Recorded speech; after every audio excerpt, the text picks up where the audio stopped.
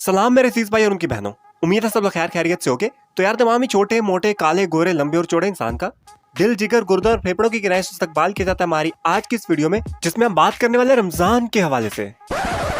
नहीं इस रमजान की नहीं, उस रमजान की कि जिसके आने से रहमतें और बरकतें आती हैं जी। उस रमजान की कि जिसके आने पे मस्जिदें भर जाती हैं। उस रमजान की कि जिसके आने पे शैतान को कैद कर दिया जाता है जी। तो वीडियो शुरू करते हैं, लेकिन उससे पहले एक शॉर्ट डिस्क्लेमर, ये वीडियो सिर्फ और सिर्फ एंटरटेनमेंट के लिए बनाई जा रही है, सो इसे अपने दिल जिगर गुर्दों और फेफड़ों पर ना लो।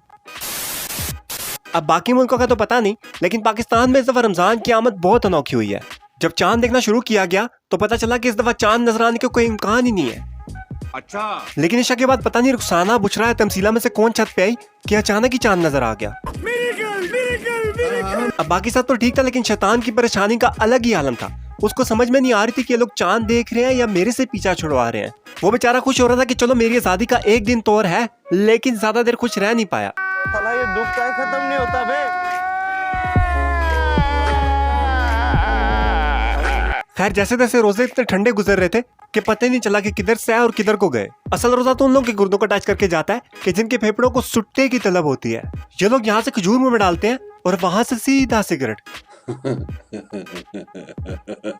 और नस्वार वाले तो रोजा खोल के ऐसे गोली बना के मुंह में फिट करते हैं जैसे कि बहुत ही सवाब का कोई काम हो। निस्वार वाला फौरन डिब्बी लेके बैठा होता है, अल्लाहुम्मा लका सुम्तु अला रिज़्क़िका अफ़्तरतु।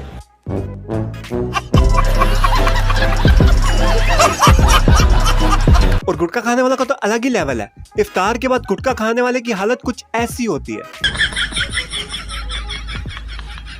कुछ लोग रोजा खोलते ही शरबत पे अटैक करते हैं और कुछ तो इफ्तारी ऐसे करते हैं जैसे कि जिंदगी का आखिरी खाना खा रहे हो। फिर कुछ लोग ऐसे भी होते हैं जो रोजा खोलते ही शैतान की दी हुई ड्यूटी पे लग जाते हैं और स्टेटस पे गाने और शायरी लगा के स्वैग शो करते हैं। ऐसे लोग सारी रात अपनी जानों के साथ लगे रहते हैं और रोजा बंद होते ही स्टेटस पे ये डाल रहे होते हैं,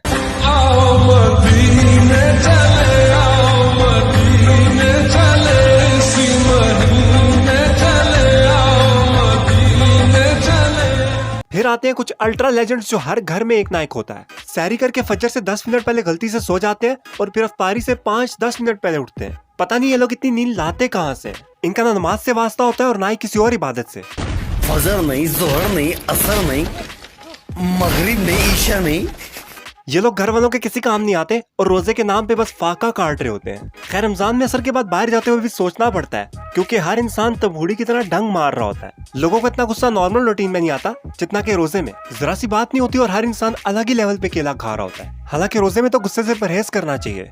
बात तो सही है। अब दूसरे मुल्कों में रमजान आने पे सेल लगती है, चीजें सस्ती होती हैं, और यहाँ हमारे मुल्क में गरीब की मजबूरी का फायदा उठा के खुला लूटते हैं उसको। जैसे कि पास वाले रशीद ने एक चीज 200 की लगाई है तो शराफत वही चीज 400 की दे रहा होगा और बासित वही चीज 500 की।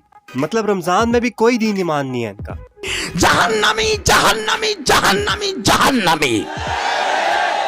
और उन लोगों का तो क़यामत पे अलग से हिसाब होगा जो घर पे बोल के जाते हैं कि हम तरावियां पढ़ने जा रहे हैं, लेकिन अपने आवारा दोस्तों के साथ बाजार में लड़कियां ताड़ रहे होते हैं। इन लोगों को देख के लगता है कि शैतान को तो वैसे ही बदनाम किया हुआ है। असल शैतान तो ये लोग हैं, बल्कि ये तो वो लोग हैं जिनसे शैतान भी पनाह मांगता रहता है। मैं पागल वागल हो गया, रिवाइंड दो। अब कुछ लोग ऐसे भी होते हैं जो इंस्टाग्राम पे लड़कियों को ताड़ते रहते हैं और मौलाना हजरत से सवाल करते हैं, क्या लड़कियों की गंदी फोटो देखने से रोजा टूट जाता है? तो भाई तुम लोगों ने फॉलो क्यों किया वैसे पेजेस को? इंस्टाग्राम तो तुम्हें वही दिखाता है जो तुम देखना चाहते हो। तो इसका सीधा सवाल यही है कि तुम लोग एटलीस्ट रमजान में तो ऐसे पेजेस को अनफॉलो कर दो और कोई अच्छे से इस्लामिक पेजेस फॉलो कर लो, ताकि रमजान में कुछ तो सीखने को मिल जाए। और अगर ये भी नहीं कर सकते तो एटलीस्ट कुरान ही पढ़ लो। वैसे इस तरह के बेहुदा किस्म के सवाल करके तुम लोग मौलाना हजरात का टाइम भी बर्बाद करते हो। ये बड़ी अच्छी बात कही आप। अभी हाल ही में एक वीडियो बहुत वायरल जा रही है जिसमें इमाम साहब तरावियां पढ़ा रहे हैं और उनके कंधे पे एक बिल्ली आके बैठ जाती है। इमाम साहब ने ना तो अपना ध्यान नमाज से हटाया और ना ही उस बिल्ली को नीचे गिरने दिया। इससे हमें 2 सबक मिलते हैं। एक तो ये कि नमाज में ध्यान पुख्ता होना चाहिए, और दूसरा ये कि इस्लाम में जानवरों से भी मोहब्बत की जाती है और उनका खास ख्याल रखा जाता है। और अभी हाल ही में एक और क्लिप मेरी नजरों के सामने से गुजरा जिसमें 2 बच्चे मस्जिद में WWE खेल रहे हैं।